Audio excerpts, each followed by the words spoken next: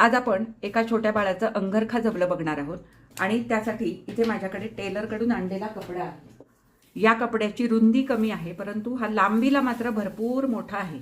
आता अंगरखा जबलं जर शिवायचं असेल तर रुंदी भरपूर लागते, मग यामध्ये ते ॲडजस्ट होणार नाही। म्हणून मी पहिल्यांदा पेपर कटिंग करून घेणार आहे आणि पेपर कटिंग याच्यासाठी करून घेणार आहे कारण समोरचा भाग मला जास्त रुंदीचा घ्यायचा आहे, तो मला इथे ॲडजस्ट करायचा आहे। पुन्हा इथे डिझाईन पण ह्याची एकाच बाजूने आहे, त्यामुळे हे सगळं ॲडजस्ट करण्यासाठी पहिल्यांदा आधी मी पेपर कटिंग करून घेणार। तर पेपर कटिंग करण्यासाठी इथे आता मी काही मापं घेतलेली आहेत। उंची 14 इंच, चेस्ट आहे 16 इंच, शोल्डर आहे 9 इंच। चेस्ट 16 इंच आहे। इथे मी आधी फक्त मागचा भाग कापून घेणार आहे, म्हणून मी चेस्टचा अर्धा किती केला, 8 इंच केला। त्याच्यामध्ये मी लूजिंगसाठी 4 इंच पकडणार आहे कारण अंगरखा जबला आहे म्हणून हे एवढे 4 इंच पकडणार आहे। टोटल माझं किती झालं, 12 इंच। हे फक्त मागच्या भागाचं तुम्हाला सांगते बरं का। मागच्या भागाचं 12 इंच चेस्ट झाली। 12चा अर्धा किती आला, 6 इंच।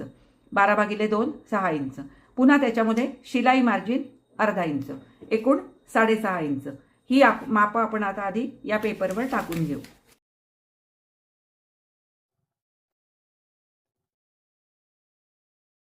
चौदा इंच उंचीवर मी एक खूण करून घेतली। आपलं शोल्डर आहे 9 इंच, त्यामुळे इथे येईल 4.5 इंच। आणि आता मी तुम्हाला सांगितलं की हा अर्धाच भाग आहे मागचा, त्यामुळे चेस्टची जी रुंदी आहे ती येणार आहे 6.5 इंचावर। तर इथे मी 6.5 इंचावर एक खूण करून घेते आणि इथे पण एक अशी सरळ रेघ मारून घेते। इथे मी 4.5 इंच शोल्डर पकडलेला आहे। इथून इथे 2.5 इंचावर एक खूण करून घेऊ आपण, म्हणजे ही जी आहे ही आपली गळा रुंदी होईल। आणि इथून इथे आपलं आर्महोल येईल। आर्महोल किती घ्यायचं लहान मुलांच्या बाबतीत, इथे तर 4.5 घेतलंय तर 4 इंचावर आपण आर्महोल घेऊ आणि इथे एक असा चौकोन करून घेऊ। इथून साधारण 1.5 इंचावर एक आपण आकार देऊन घेऊ आणि इथे गळ्याची जी उंची आहे ती मी 2.25 इंचावर घेणार आहे।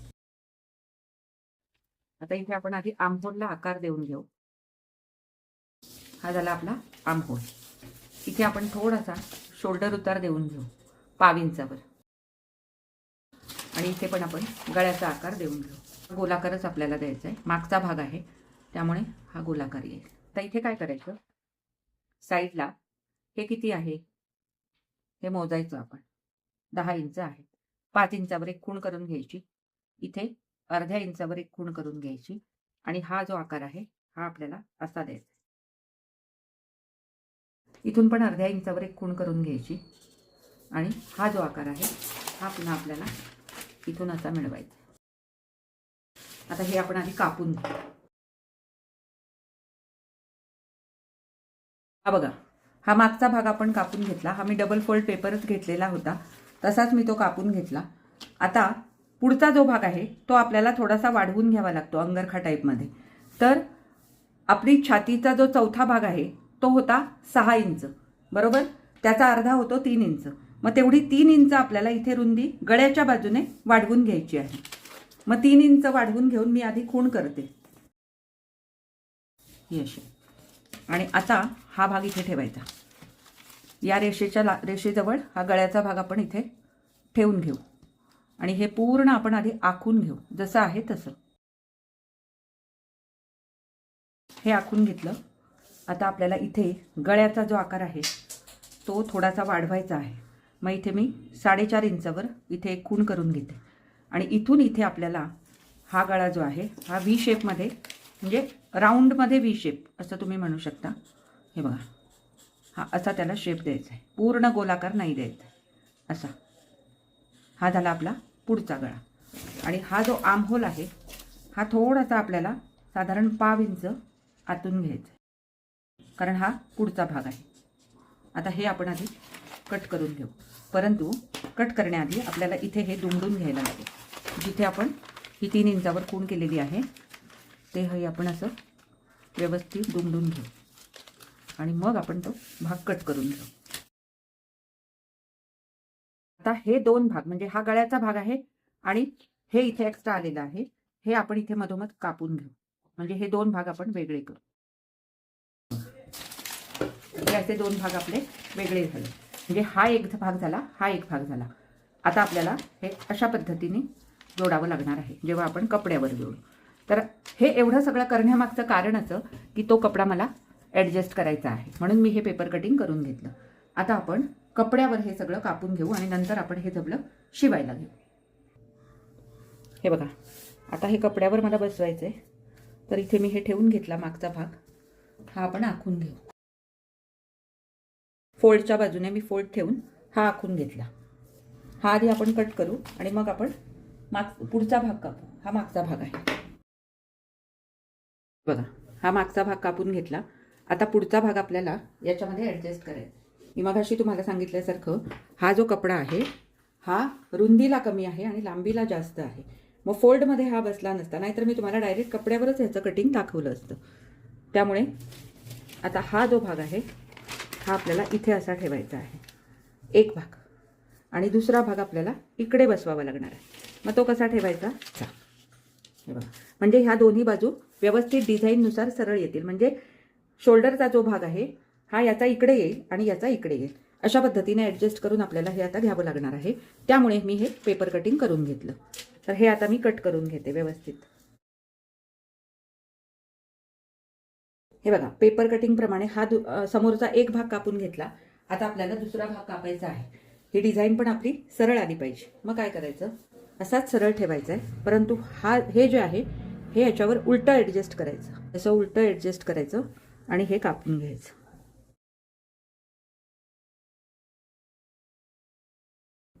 आता हे जे आपलं आहे ना, हे असं येईल अंगरखा, असा तो अंगरखा टाईप येईल. तर हे आता आपण शिवायला घेऊ आणि याला पायपिंगसाठी मी पांढरा कपडा वापरणार आहे. आता आपल्याला आधी समोरचा भाग जोडून घ्यायचा आहे आणि नंतर मग मागचा. तर हे आपले दोन समोरचे भाग झाले, हा आणि हा. तर हा याच्यावर इथे ठेवायचा आणि बरोबर हा गळा याला असा मॅच करून घ्यायचा, व्यवस्थित मॅच करून घ्यायचा. परंतु त्याआधी आपल्याला या खालच्या भागाला इथे एक टीप मारून घ्यायला लागेल. तर ती टीप आधी मी मारून घेते, म्हणजे काय होईल, तिथे ते उघडं राहणार नाही. तर असं थोडंसं फोल्ड करायचं हे आणि असा डबल फोल्ड करून याला बारीक असा फोल्ड घालून इथे टीप मारून घ्यायची.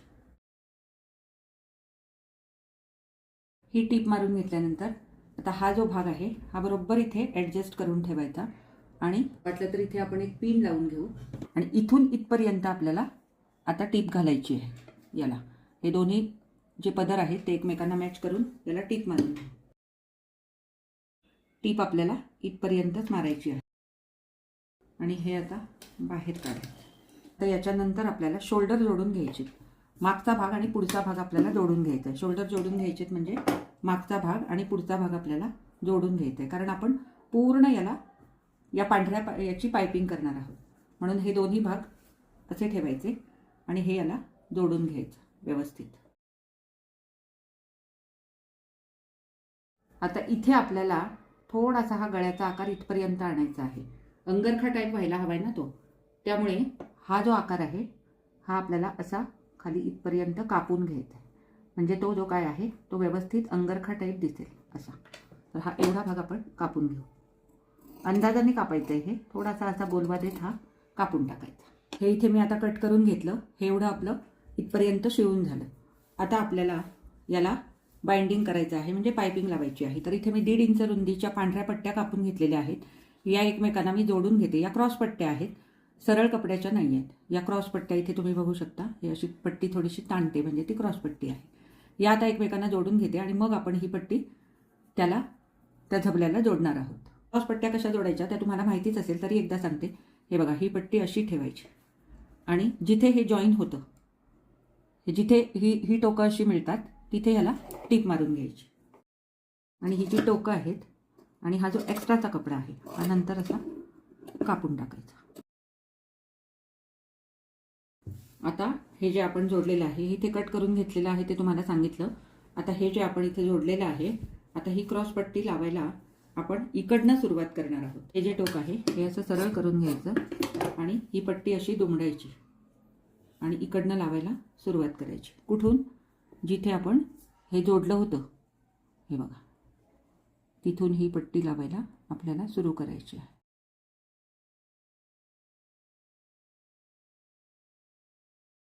इथे आल्यानंतर हा जो भाग आहे हा असा आतमध्ये ढकलायचा, म्हणजे तो कुठेही शिलाईत येऊ नये या हिशोबाने.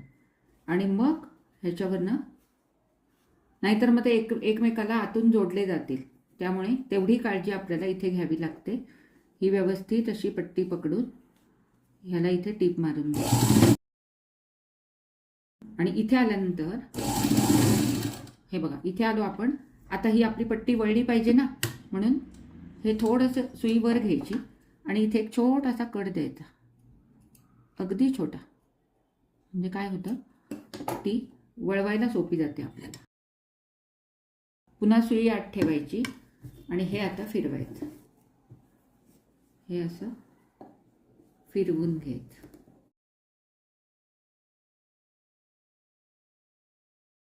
आणि इथे पुन्हा थोडासा असा कंपल्सरीली हा कट द्यायचा. आणि जिथे गोलवा आहे तिथे पण आपण हे तिरके कट देऊन घेऊ.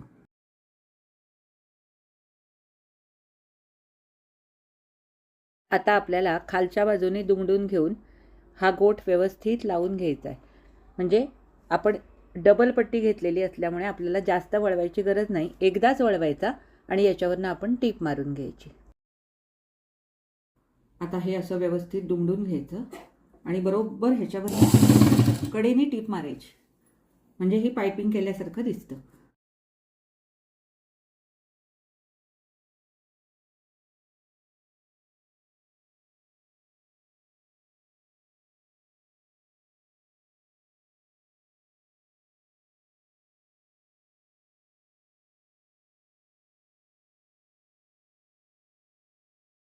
अशा प्रकारे आपलं हे आता तयार झालं.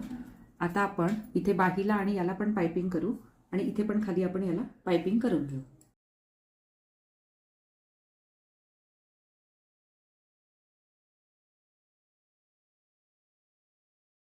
आता मी दोन्ही बाजूंनी पण हे करून घेतलं. आता हे आपण आधी जोडून घेऊ साईड आणि मग आपण याला खाली पायपिंग करू.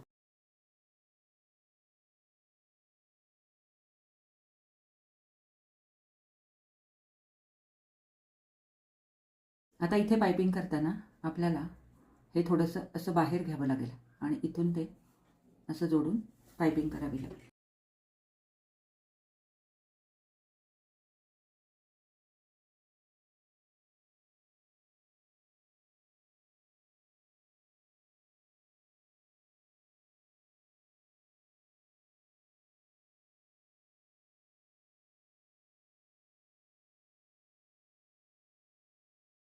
आता ही पट्टी सरळ भागाला आपण जोडलेली असल्यामुळे इथे तुम्ही कट नाही दिले तरी सुद्धा चालतात. ही अशी मात्र व्यवस्थित करून घ्यायची आणि इथे व्यवस्थित पकडून ही अशी वळवायची.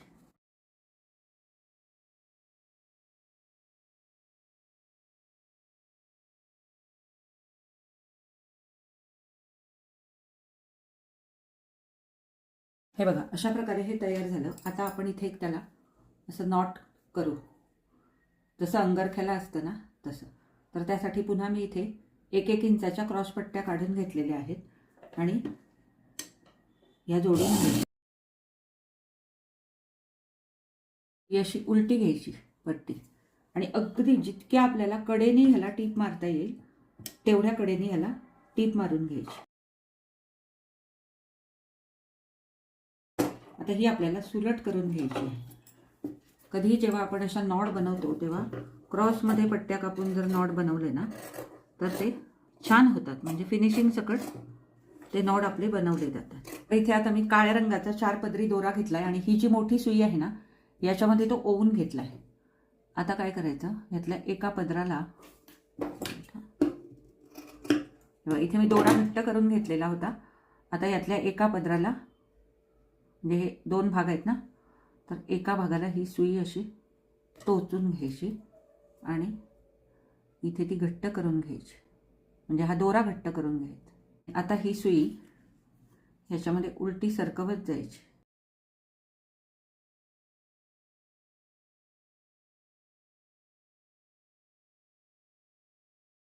हे बघा, हा असा नॉड मी तयार करून घेतला. आता आपण ह्याला खाली लटकन लावू.